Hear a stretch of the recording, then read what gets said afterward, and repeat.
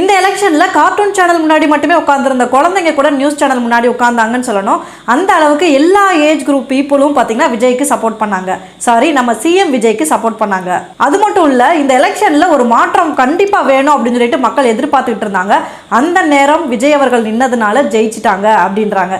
இல்லைன்னா 2 வருஷத்துக்கு முன்னாடி கட்சி ஆரம்பிச்சவங்கலாம் எப்படிப்பா முதலமைச்சர் ஆக முடியும் அப்படின்ற கேள்விதான் எல்லாரும் கேட்டுட்டு இருக்காங்க. ஆக்சுவலாக விஜய் அவர்களுக்கு பல வருஷத்துக்கு முன்னாடி அரசியலுக்கு வரணும் அப்படின்ற ஒரு இன்டென்ஷன் இருந்திருக்கு. அதை பல இன்டர்வியூவில் அவர் தெள்ள தெளிவாக சொல்லியிருக்காரு. அதில் பர்டிகுலராக ஒரு இன்டர்வியூவில் நீங்கள் பாலிடிக்ஸ் வருவீங்களா அப்படின்னு சொல்லி விஜய் அவர்கள்ட்ட கேட்டப்ப அவங்க என்ன சொன்னாங்க தெரியுமா? கண்டிப்பாக வருவேன், பட் அதுக்கான காலம் இது கிடையாது, அதுக்கான காலம் வரப்ப நான் கண்டிப்பாக வருவேன், மக்களுக்கு நல்லது பண்ணுவேன் அப்படின்னு சொல்லியிருந்தாரு.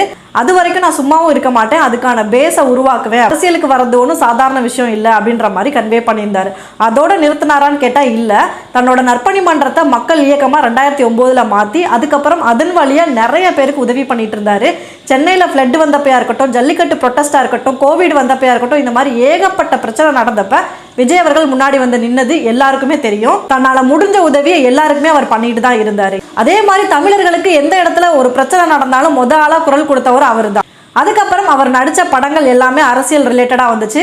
அவரோட ஃப்ரேமை அவர் அதன் வழியாக செட் பண்ணாரு அப்படின்னு தான் சொல்லணும். சின்ன சின்ன கிளிப்பிங்ஸில் கூட சின்ன சின்ன நுணுக்கமான விஷயங்கள்லாம் அவர் வச்சிருந்தாரு. நம்ம எல்லாரையுமே அவரை சிஎம் விஜய் அப்படின்னு பார்க்கணும் அப்படின்ற மாதிரியான பெரிய ஒரு விஷயத்தெல்லாம் அதில் பண்ணிட்டு இருந்தார்.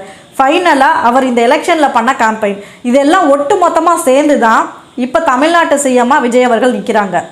ஸோ 2 வருஷத்துக்கு முன்னாடி கட்சி ஆரம்பித்து உடனே ஒரு ஸ்டேட்டுக்கு முதல்வர் ஆகணும் அப்படின்றது சாத்தியமே கிடையாது. இதை நீங்கள் சொன்னீங்க அப்படின்னா அது ஒரு தப்பான எக்ஸாம்பிளாக தான் மாறிடும். நாம் இது ஒரு பாசிட்டிவாக மோட்டிவாக எடுத்துக்கிறது தான் நல்லது. ஏன்னா எவ்வளோ ஆழமாக எவ்வளோ ஸ்ட்ராங்காக அவர் பிலீவ் பண்ணியிருந்தாருன்னா இப்போ அவர் முதலமைச்சராக இருப்பார்.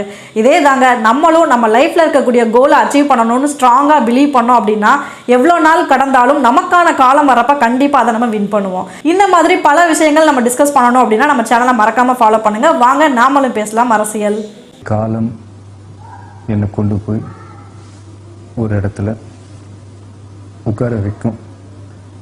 அதுக்கு அந்த நேரம், சூழல், இடம் எல்லாமே அமையணும். ஸோ அது வரும்போது நான் டெஃபினட்டாக தமிழ்நாட்டு மக்களுக்கு நான் ஏதாவது செய்யணும், அதில் நான் உறுதியாக இருக்கேன். ஸோ நான் அந்த பேஸை இது விளையாட்டு இல்லை, சும்மா ஏதோ சொல்கிறாங்க, ஒரு பில்டப் பண்ணி ஏதோ எழுதுறாங்கன்னா உடனே நம்ம வந்துட முடியாது. ஸோ அதுக்கு அந்த பேஸை ஸ்ட்ராங் பண்ணணும்.